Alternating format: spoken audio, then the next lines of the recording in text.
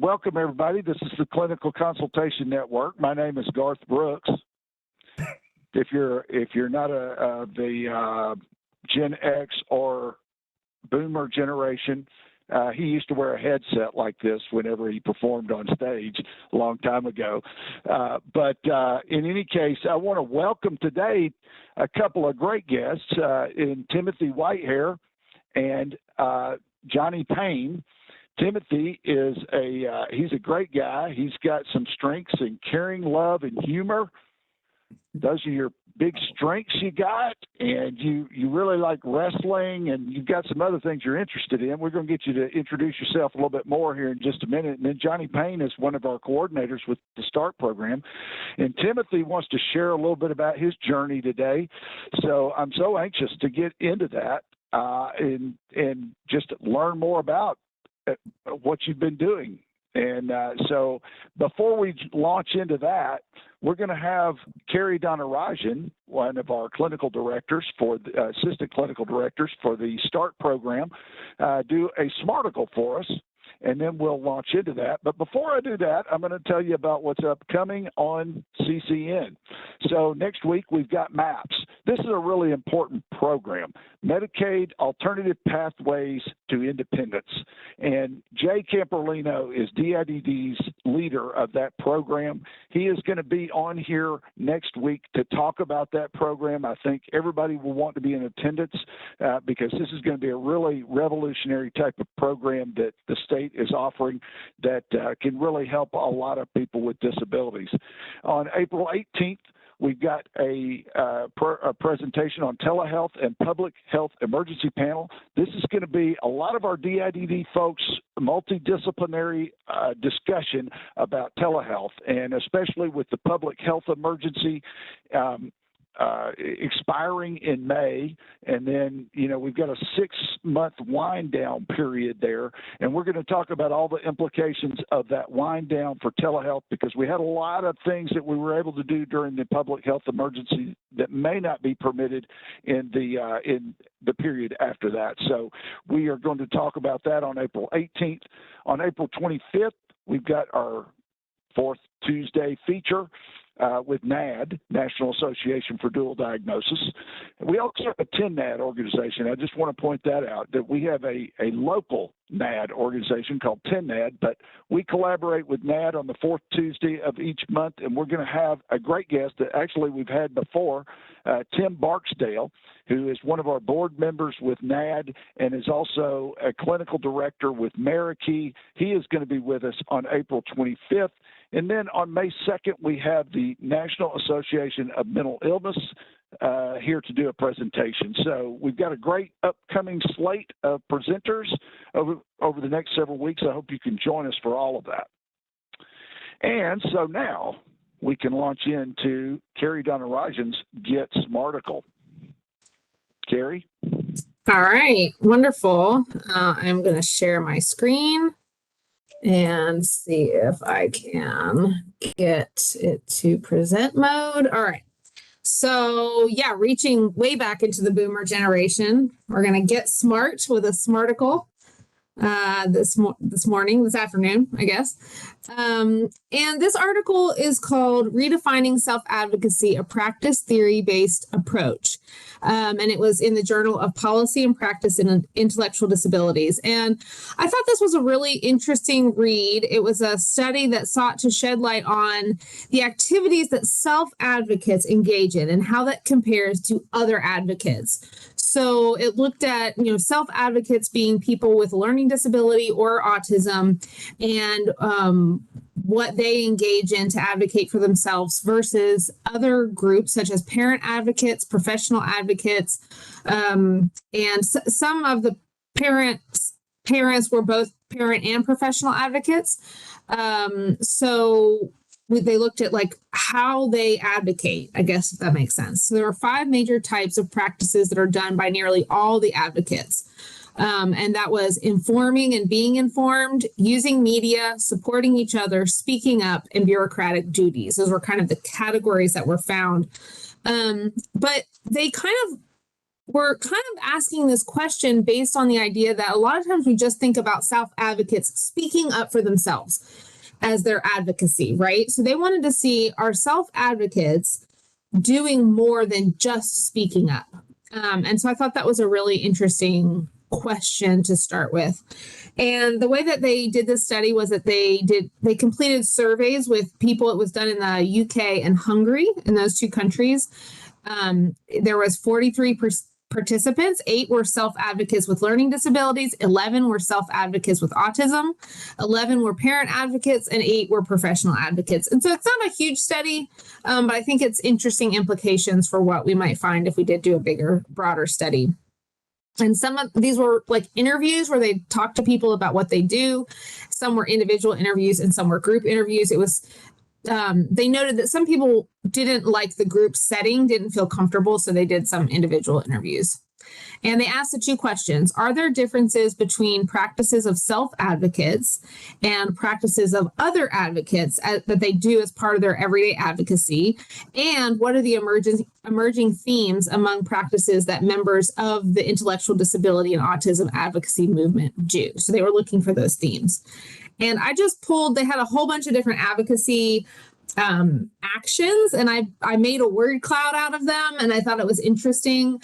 And it's interesting to look at these words and think about, it's not just speaking up. You can see people and writing and peers and conferences and media and learning are all really big in that word cloud, meaning lots of people responded with those words versus, some of the other all of these were good words that were put, but like speaking is a smaller one, based on how many people said, I'm doing this action. So I thought that was pretty cool. So what they found was that these 5 areas of advocacy overlap significantly for both self-advocates and other advocates who are, like parents and professionals. So informing and being informed, that is giving and attending trainings, was a big thing that all advocates were doing. Using media, that could be Facebook posts, or that could be, speaking out on a news program, but any kind of using media as a broad category was something that self-advocates and other advocates are doing. Supporting each other and being in community. This is a way of advocating. And again, both these groups are doing that. Speaking up is important and is a way of advocating, obviously.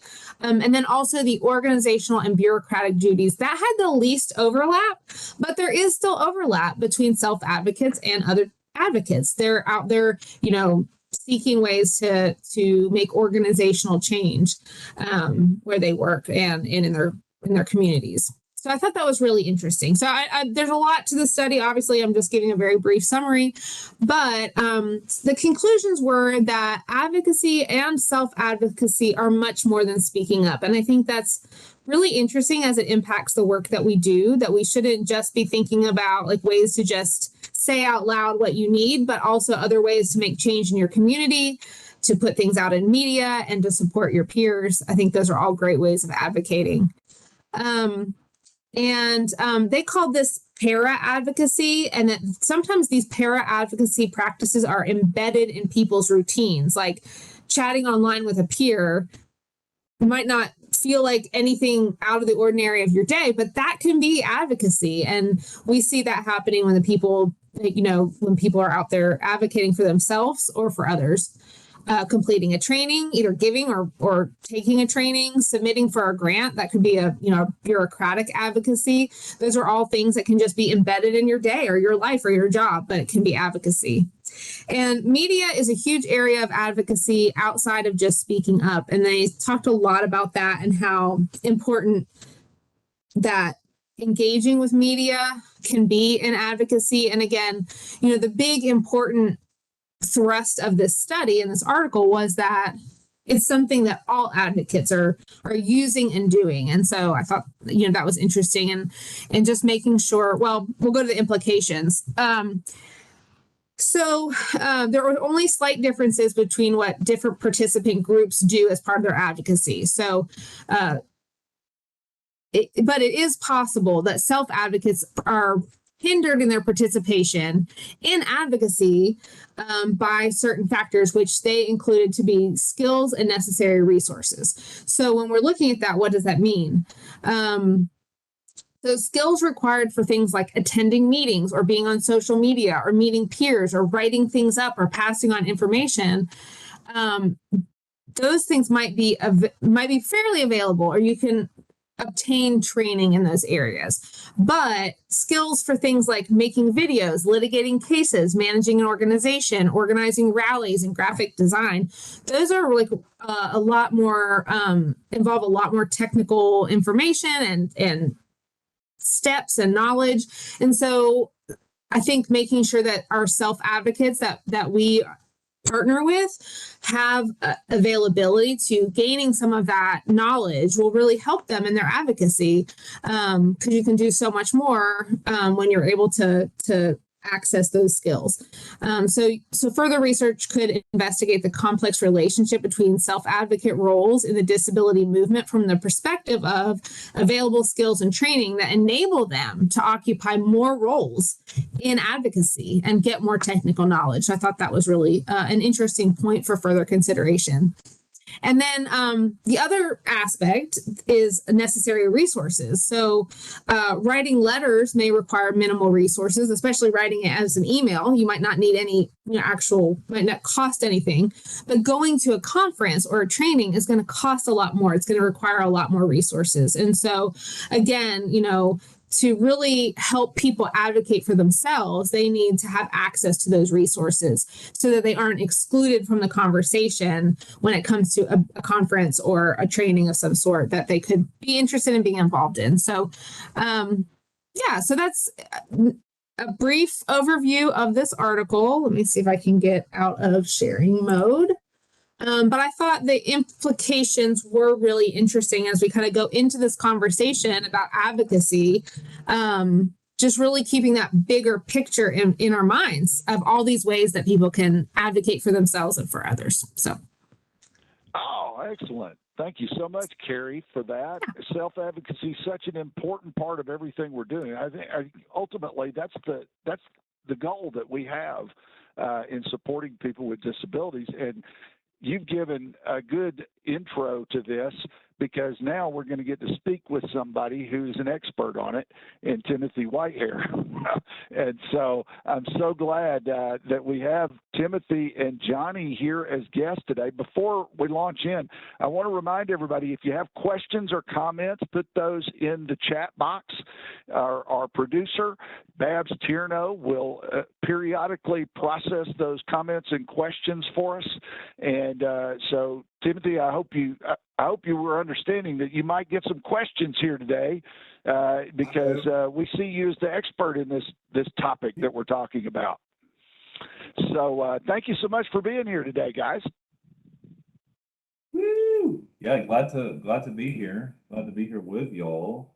We'll do some introductions here in a second, but I'm Johnny. Bruce already did a little bit of introduction, and this one from Tim. So you ready to jump in? Yeah. All right, cool. All right, so we're gonna try to push through so that we can get Tim a smoke break here in just a second and find a good breaking point. Then he'll jump out and come back in here a second. So. All right, a quick test. Can y'all still see us and hear us right now? Yes, we can. Brilliant. All right, cool. All right, so I'm gonna actually do some real quick. Let's kind of turn our ears a little bit towards each other and make this feel more like a conversation. All right, so I'm Johnny Payne. That's good self-advocacy right there. Let me just say, Tim making sure he was in the picture. Yeah, let's pay attention. What's important here. So I'm Johnny Payne. I live in Chattanooga. I'm a SART coordinator, and I live in a house, single family home with my family and my two kids. And I like outdoor sports. I like working on engines. And what I want long term for myself is to understand my strengths better and be able to create an impact in the world in a meaningful, positive way. That's something that I want for myself. So, I'm Timothy Whitehair. I live in a group home with a roommate and staff. The group home is called Perfect Care Solutions. And I really like it here. And one of my likes, I like motorcycles, cars, building stuff, models, everything you can think of. good, wrestling, video Wrestling. games.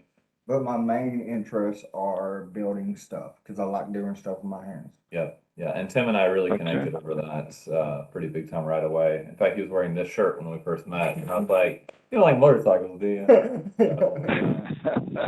And I All have right, that's long-term goals for myself. One of my long-term goals is to be able to teach more people about diagnosis, like I have with mine, and to teach my kids about their diagnosis. Cool. okay. Because we just found out my son has ADHD and learning disability. Ah, interesting. And I have ADHD. All right. Cool. So we kind of have an outline that we're following here just to help us feel really comfortable. And so Tim and I both kind of have different parts that will bounce back and forth between. Well, I don't want you to forget about sharing your interesting That's fun true. fact How about could we have yourself. possibly gotten past that? I can go ahead and share that. Go for it, dude. My last name is Whitehair, but something interesting. My dad has looked back into our history, and when my family came over here from Germany, my last name was originally Whitehair, and my ancestors Oh, are from Germany. And when they came over here, they wanted a more English last name, so they changed it to Whitehair. oh, that is a very interesting fact. Wow. Was one. For my interesting facts, I've been on CCN a few times. I feel like I don't want to get the same one again that I've given. You're before. running out of interesting facts. I know. Yeah, I've only got about 3 things that are actually interesting about me. Much about my family history. Okay, all right. I'll try this. All right. Like a lot of folks in this area, I have a lot of Cherokee, Native American, in blood.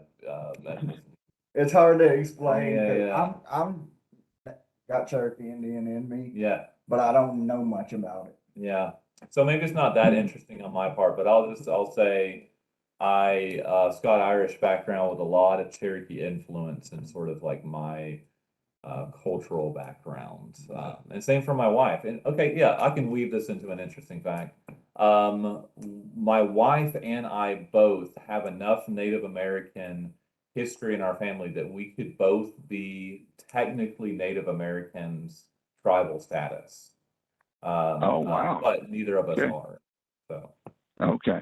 Okay. That 2 very Okay. interesting Oh, we got facts. it. We got it. I helped Okay. you out. You nailed that. You nailed that. There we go. All right. Well, With that, I will let you take off, and we'll just pipe in and rudely interrupt periodically and ask a few questions. Okay? well, it's definitely not going to be rude at all. You're definitely welcome. So, and to that point, as Tim and I have discussion together, we'd love to invite y'all to cook up questions that you may have for us and enter them into the chat. We've carved out time at the end for those questions. Tim and I met through my work with TimStart. I started supporting. Actually, we met before that. We did, yeah. You want to share that story real quick? He was out walking before I knew he worked for Ten Star. He was out walking his dog, and me and my staff actually stopped him on the street and started talking about his dog. That's right. Yeah. I went for an oil change at a shop right next to Tim's house, and I brought my dog, and I was taking my dog on a walk while the oil change was happening, and I met Tim just out of the blue walking down the street. And then 2 weeks later, we met each other through Ten Star. Yeah, just a little bit later. That's fantastic. Great Yeah. story there.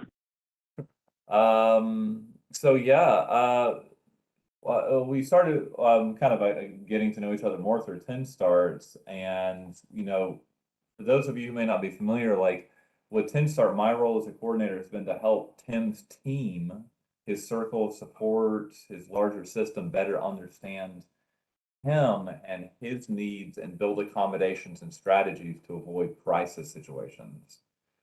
Tim, do you feel comfortable sharing a little bit about what were some of the challenges before Tim start? Tim start. That's funny.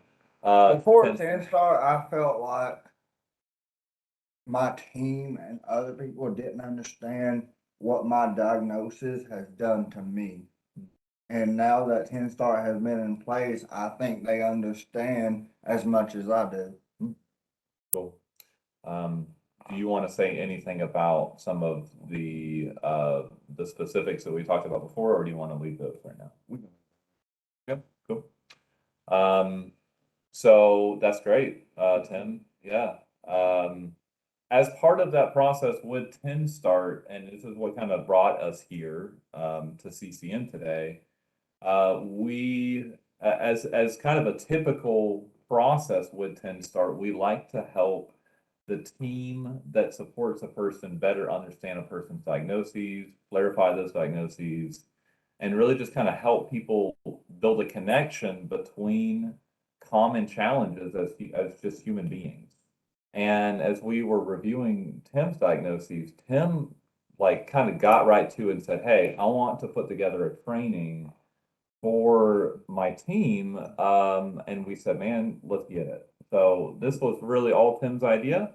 And as Tim really kind of took the ball and ran with it, he decided that he wanted to focus much more on not just like, hey, here's What my diagnoses are more like what they do for me. man. So Who Tim and I better to worked get the together. training from than you yourself? I mean, that's remarkable. And Right.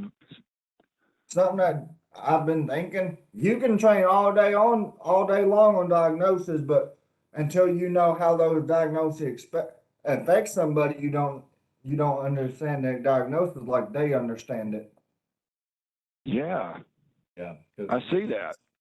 even something we've talked about like autism, right? It can affect people so differently. Like Yeah, it's like not enough. mine's I call mine a high functioning autism. Okay, yeah. Yeah, and as our friend Temple Grandin, who has autism, would say, one person with autism, one person with autism, because it's so different depending on who you're talking to. Yeah. Like one thing I've learned about autism, everybody's autism is not the same. Everybody has different types of autism. Sure. Cool. We would love to sort of give a picture of what that training looked like for Tim's team. So I am going to share a picture real quick of some of the notes from Tim's training. And we decided together, Tim and I, that we needed to have like some sort of a physical product of something that would help him keep on track. We kind of decided a time frame of about 20 to 30 minutes for the training, and that we would need something to sort of like keep us on track. And so he created kind of facilitator notes for himself, and I'll share those in just a second. But Tim would like to give like what we're calling like a micro training right now Yeah. on two of his diagnoses and about how they've influenced him personally. And so I'm going to share the notes from. I want to do the two hardest for me. Okay. Yeah, that's right. My other diagnosis is kind of easy for me, but I'm going to share the two hardest. That's awesome. All right. We'll see. Can y'all I see? can't see that. That's okay. I'll zoom in a little bit.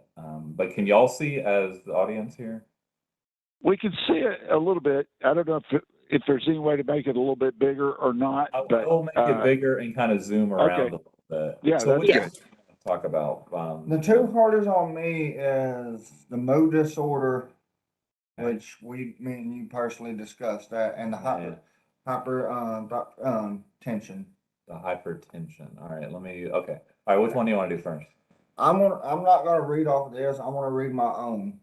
My mood disorder has affected me a lot because it has made it where with my mood outbursts, people don't like being around me. Like I have lost multiple friends over my mood disorder. because they said that I was too dangerous to be around because of how my mood would be. And I've lost some friends that won't even talk to me nowadays, and that's been 8 years, and they won't even talk to me. Every time I see them, they ignore me.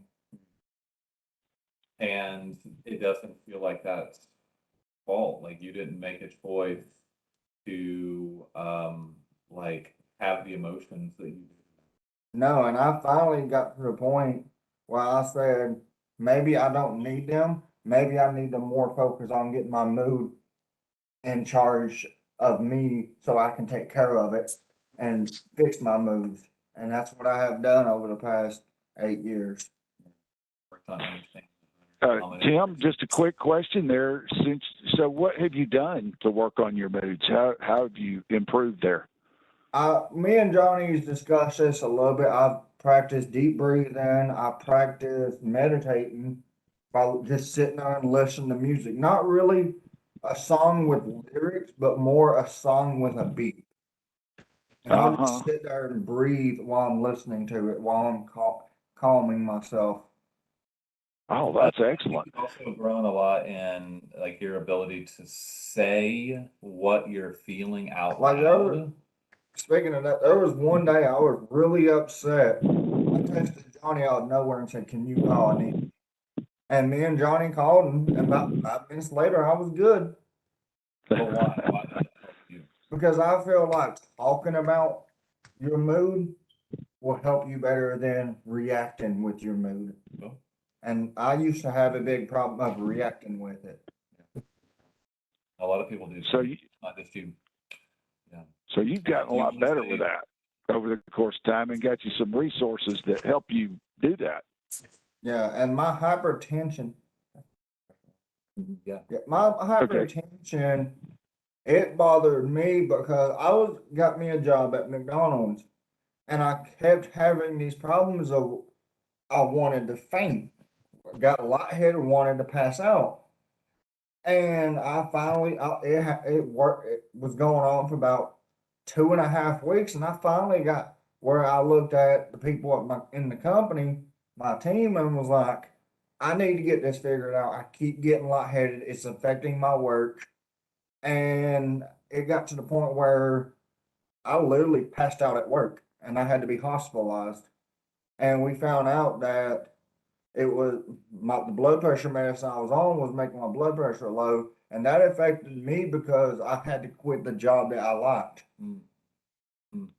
Do you feel like if your team at that point had better understood and anticipated that challenge for you, supported you, you may still be able to have that I job? would still have that job because I really liked working there. Yeah, it was struggle. Yeah, it was tough, but I feel like the toughness makes you a better person and makes you want to work harder.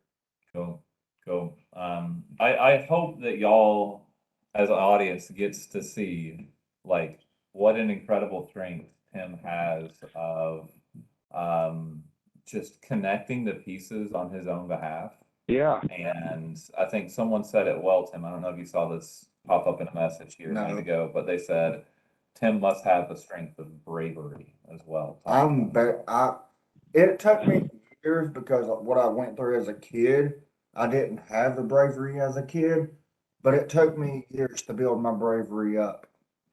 And I'm to the point where now my bravery don't bother me. Yeah. Well, I tell you what, one of the things that's really brave is accepting these things, these diagnoses that you have, and then stepping out to do something about it, which you have done. That is, it's remarkable. And I think it really does attest to your bravery. Yeah. Yeah. Yeah. Yeah. Johnny told me when he was talking about this is why I love my bravery. He told me, he said, give me about I'll give you 3 or 4 days to give me an answer if you want to do this. I called him that night and told him we could do it. Good stuff. So, Tim, you're doing really great, man. I know you said a minute ago that you may be feeling nervous or whatever, but I want you to know you're doing an awesome Yeah, job but right now. one thing I've always learned is you can take that nervous, mix it with bravery, and build it up. Good, man. Yeah, you got to find, as Henry David Thoreau would say, the best way out is through. So I want to ask Tim just a couple of quick questions about this training, and then I want to give him a smoke break. All right, and then we can hit it hard when you come back. I'll talk about something else while you're gone. But so I've just got a few questions that Tim and I have kind of practiced together, and so hopefully we can do that here real quick. So Tim, what was it like for you to share this training with It helped me out because it helped me help them understand what I went through and how my diagnosis has affected me in my personal life. Was it scary for you? I was nervous. What were you nervous? What happened? I was nervous that they wouldn't understand, but I told myself before we did this that it needs to be done so they can understand me more, so they can help me more, me with it. Cool. So how do you think they received it? Do you feel like you listened? I think they understood. I think they might know what my diagnosis was, but they didn't realize how it affected me until I spoke up and did the training. Yeah, I remember when we were in that training and Keela, one of our program coordinators, program supervisors said, was just like, oh, like 'Cause again and he again. didn't understand how it affected me because he knows what those diagnoses was, but I think he personally had a hard time understanding what it does. Yeah. To somebody's personal life. Yeah, because I think the Keela saw that you had a hard time with certain things in life, and he but didn't know why. And he couldn't figure out why. Yeah. But I think that training opened all of their eyes. I think so, Tim. To my personal struggles. All right, and that brings us to our last question, pre-smoke break. All right, so how have you seen any difference in the way that your supporters interact with you after you do that training? Because they support me. Before they supported me like they're supposed to, but now they support me even more because they know what I struggle with, and they try to help me with that struggle and help me understand that I can do that. Whereas, like, I think I remember in the past you said that sometimes your supporters will just get frustrated with you. Yes, and now they used to get frustrated with me. Now, when I'm upset, they don't be like, "You calm down. There's nothing wrong." They'd be like, "What's wrong? Talk to me." Like, for example, my staff that's here right now, Dee Dee, when I'm mad, she'll pull me. She'll go, "What's wrong, sweetie?" Yeah. And I'll just sit down and talk to her. So she can kind of see through the action, the Yeah. behavior, And to see a deeper. And me personally, when I'm mad, at first I don't want to talk. Yeah. But now that I went through this training, it's like when I'm mad, all I want to do is talk about it. All right. So what I hear you say is that, like, not only did this benefit your staff, it changed how they interacted with you. And it changed how I want to react with it. Huh. All right. That is a well-earned smoke break, my friend. All right. I'll see you in just a few minutes. Okay. Just a quick comment, Johnny. You know, we were talking about bravery. Actually, it's so interesting because this morning I was pondering on the word courage, and I was thinking about that in the context of this being Martin Luther King's day that he died, and the courage that he showed. But I see that same thing in Tim here, the same sort of courage, because one of the things Marshall Linehan brings out within dialectical behavior therapy is that acceptance can be change. So accepting the diagnoses that he had, while on one hand may feel like a negative, is really a positive because it creates the path for him to make some of the change that he's looking for. It changed others. It changed him as a result of that. That's a really positive outcome. I agree. Yeah, and Tim is still here rolling himself a cigarette, and so he did hear that, and you got a giggle out of him on that one for sure. So that's awesome. Tim, I'm going to give this to you just as sort of like a visual reminder. 3 minutes. Sure. Yeah, dude. See you in that.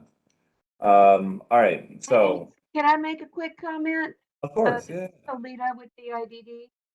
Um, yeah, this is just a really wonderful episode. And not too long ago, CCN did a episode where the topic was on just mental wellness versus mental illness.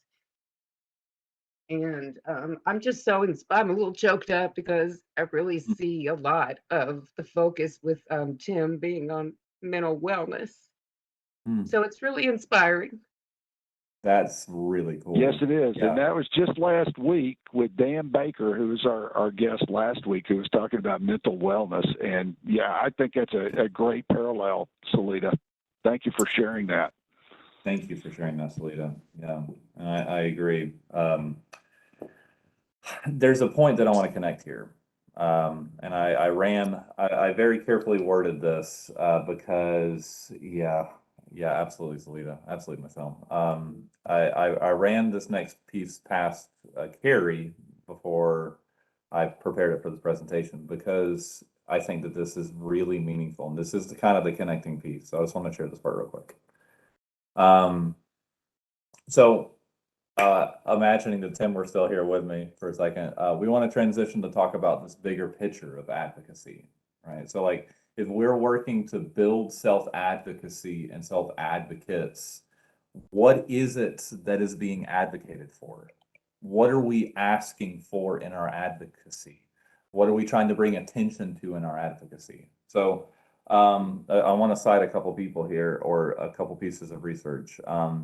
Van Roosen et al. In their 1994 paper, they define self-advocacy. They were one of the first ones to define early self-advocacy. They said it is an individual's ability to effectively communicate, convey, negotiate, or assert their own interests, desires, needs, and rights. And I really like that description of what is advocacy. So like what are we trying to get? What are we asking for in our advocacy? I've got to connect this also to the tendency within our industry of people care and of therapeutic supports to get stuck on the safety and health of the people that we support. Not that that's bad, but doing so without imagining a life beyond only safe and healthy. There's more, right? So I want to propose something bigger here. American psychologist Dr. Abram Maslow, think about Maslow's hierarchy of need. He says, I think of the self-actualizing person not as an ordinary person with something added, but rather as an ordinary person with nothing taken away. The average person is a full human, but with dampened and inhibited powers and capacities. That is to be human. What a person can be, they must be.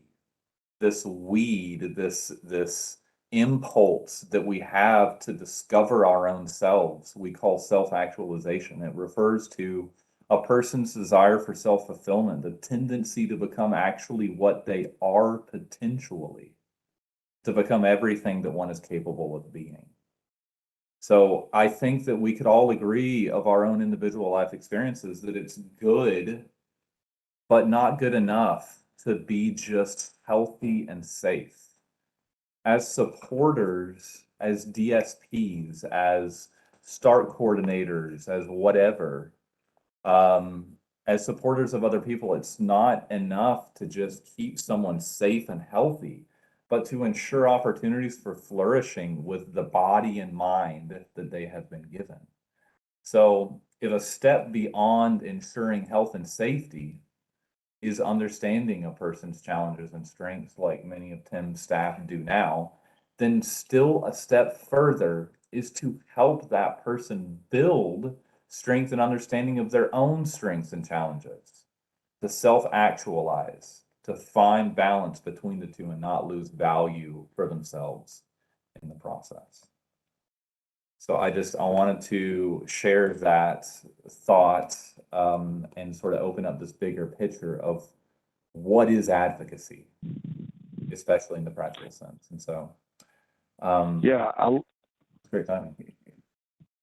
I'm sorry, I didn't mean to interrupt you, Johnny. If you were continuing with it, I'm struck by that image you're giving, though, there of self-actualization, because I think we think of that as achieving something, like we're moving forward in some way, but actually it's becoming ourselves in many ways, and understanding ourselves that leads us to self-actualization.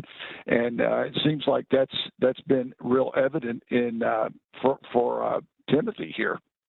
And I want to comment on that. To know Please. yourself, you gotta.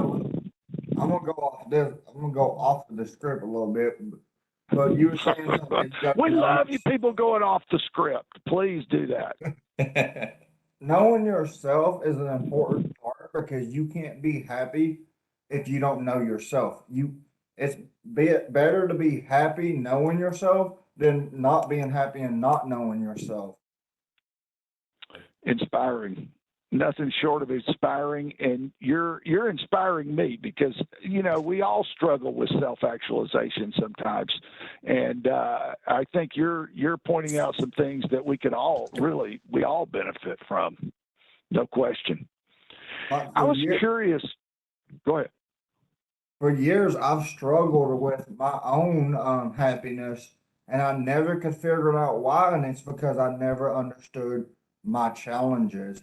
And I finally, for the past 2 years, understood my challenges, my diagnosis, and all that. And I'm happy. For once in my life, I'm happy with myself. Yeah, and what have been the outcomes of that, Tim? Because it seems like you've had some pretty positive outcomes from that. You talked about your job a little bit earlier, and losing a job because of some things that happened there, and not having some friends that you had. How have those things changed as a result of some of the changes that you've made? Because I might have lost those friends, but I was able to gain more because I understood my challenges and understood my diagnosis and understood what's important for me. And I was able to make more new friends by helping them understand that, like I said, you can't be happy with yourself if you don't understand your own challenges. You got to understand your own challenges to be happy with yourself. And I've now the new friends I've made have now they've even told me that's even helped them. Oh, wow. And they told me That's all they're I can say. happier with their life now because they understand their own challenges. I imagine also, Tim, for some of those new friends that Tim is always meeting new people online. Obviously, Tim's a friendly person. I'm a very friendly person, and what my ultimate goal in life is to help people understand what they don't understand about themselves. Sure. Well, and I think that these new friendships that you mentioned, I imagine as you have understood yourself more, and I've helped them open their eyes to help them understand their selves more. yeah, yes, and maybe also your access of those relationships, how fast you grow those relationships, how strong those are. They may be stronger because you don't really have as much kind of behind the curtain to hide, because you're so open with your challenges that it's kind of all out on the table. Take me or leave me. Yeah. This is who I am. And I told my friends, I said, knowing yourself is a struggle, but it's a good struggle. Cool. Cool. Do you want to keep going with the rest of our part? Okay. All right. All right. So Because we're almost to the end. yeah, we're butting up towards the end here. So Your we had timing is perfect. love it. All right, cool. So we want to save some time in the end for questions, and so that's what we're aiming for. Yeah, that's why I said we're trying to wrap it. That's why we said we're trying to wrap this up so we can get to the question. Get to the juicy parts. All right, so Tim, I'd love to ask you some quick questions to kind of help you share more of your experience and advice with folks. So we have 4 questions here we practiced. Tim, You've talked about seeing diagnoses as an opportunity rather than a burden. You've said a lot about this, but is there any more you want to say about that? You mentioned I don't you mentioned think- the word gift practice, and I loved it. I don't see your challenges and your diagnosis as a mental thing. I see it more like a gift because everybody has a gift to get to know each other, know themselves more, and to take that gift and help other people that's got the same challenges as you. Kind of like to be human is to have vulnerabilities. Yeah, like vulnerabilities ain't always a bad thing. It can be a good thing and it can be a bad thing. It just depends on how you look at it. Cool. Like most people look at vulnerabilities as a bad thing. Me personally, I look at my vulnerabilities as a positive thing. Y'all got them. Let's see. Some of these you've done a great job answering already, Tim. So Most of them, I've already passed your questions. yeah, I mean, is there anything left in here? Let's see. Oh, okay. All right. How about this one? Tim, we've talked about how the training that you did for your supporters in your agency is rare. It doesn't often happen with people who are supported like yourself. Why do you think that that is rare? Why don't you think more supported people like yourself, they're not doing these trainings? Why Because doesn't I happen? feel like the reason more supportive people like me ain't doing this training, because I feel like they don't understand their vulnerabilities, their challenges, and what their diagnoses do. Well, how did you even start? Like, how The did you first even begin doing it? The first diagnosis I started with, and it started way back when I was in first grade, and that was my learning disability. I started with it, and I'm to the point now, I don't even count that as a disability no more, because you can give me a crossword puzzle, I can have it done in 5 minutes. That's how well I've took that's, to me, that's my most main diagnosis is my learning disability because I've struggled with it from a child. And I'm not going to say I've overcome it because I still struggle, but it's all about how I struggle with it. Okay. Like there's some stuff I won't understand about it, but I'm the type of person, I'm not going to give up on that challenge until I understand it. Cool. Like for example, my video game, I don't play online. I play missions. That way, when I don't understand the mission, I can keep doing that mission until I understand it. That's cool, Tim. So it's like an accommodation that you have made for your own self. Yeah. Cool. And that's why I play strategy games like Resident Evil, because you got to strategize to what to do. And you have more opportunity to practice it. Yeah. Instead of feeling the pressure of getting it right the first time in front of Like, other live players. I just got a game that I haven't played in over 2 years because I couldn't beat the game. And I just got to where I was able to beat the game because I took my frustration not out on the actual game, but I took my frustrations and used it to challenge myself to get past that part. Cool. Cool, Tim. So there was Can one I- more piece. Oh, Yeah. sorry, Johnny. I want to ask a No, question you're that good, kind of you're good. plays right in here.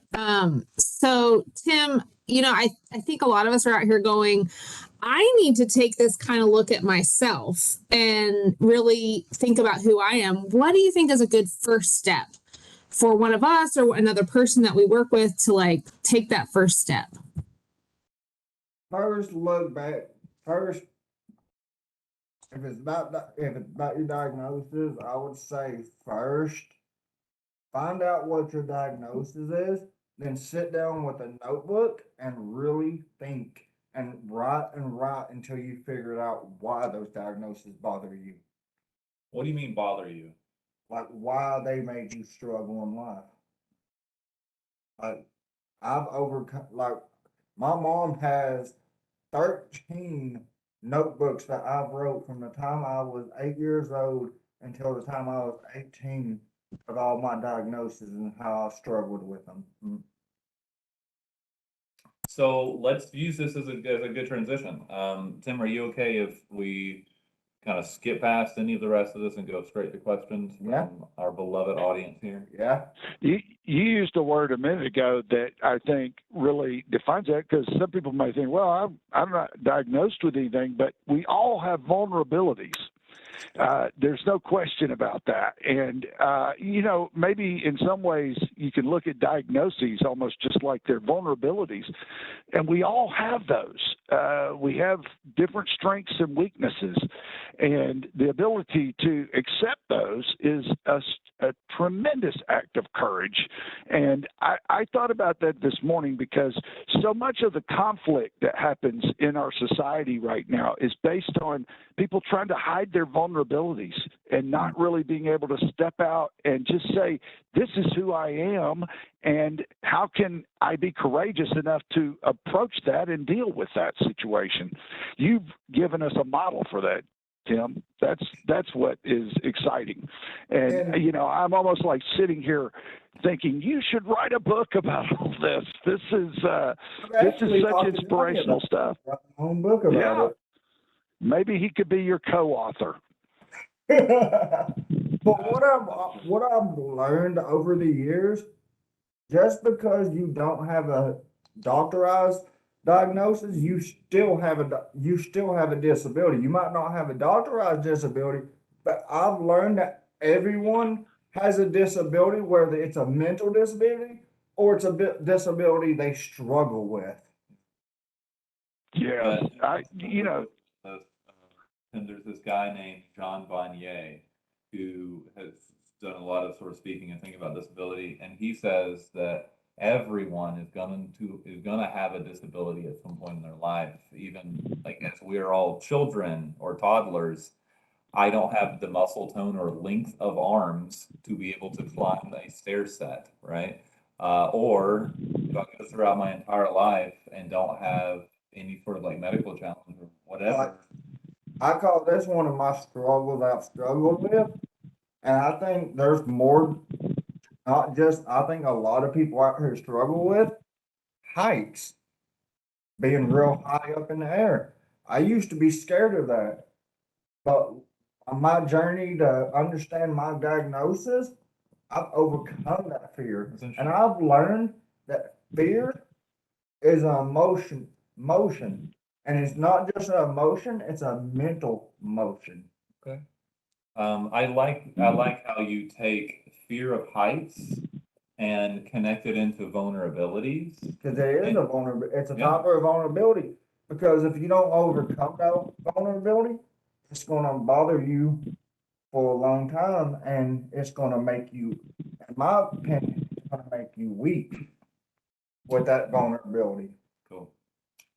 Does anybody have any more questions? I'm going to open up the chat here. I was going to ask Babs to review any of the comments that we haven't already reviewed. We've had a ton of comments, no questions yet, but so I'm going to read a couple of them to you. Look, Tim, I'm in awe of your insight. We appreciate you sharing your wisdom. He needs a book or a social media account to share with others. There are certain episodes of CCN that stick with me. This will be one of them. You've inspired a lot of people today.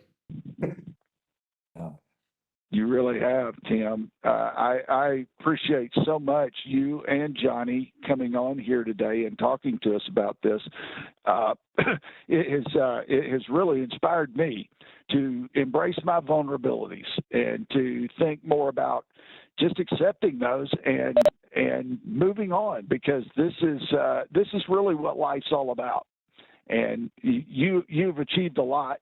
I know you're still on your journey, like all of us are, but I'm so impressed and so thankful for you to come on and share this story with us today. You're welcome. Like, I've heard a quote. It's from an old rock singer that I love. His name is Mickey Thompson. He says, "Curveballs is just another part of your journey in life." That's good stuff. Mickey Thompson. Yeah, and I actually have a month and a half year old with one of my friends, and we actually named him after Mickey Thompson. Oh, wow. His full name is All Mickey right. Whitehair. I can see why. I can see why. Well, Johnny, thank you also for being here today. Thank both of you for the work that you've done and for sharing it with all of us. And thank you all for being here today. This is the Clinical Consultation Network. As you know, we do this every week. And Tim, by the way, you're invited to be a part of this anytime you want to, okay? And I want to invite everybody out there to invite all your friends to be here with us too, because we have a lot of really interesting topics like the one we discussed today. And again, thank you so much, Tim. Thank you, Johnny. Thank you, Carrie. Thank you, Babs. And we will see you again next week. Thanks, y'all. Thanks, you guys. Bye.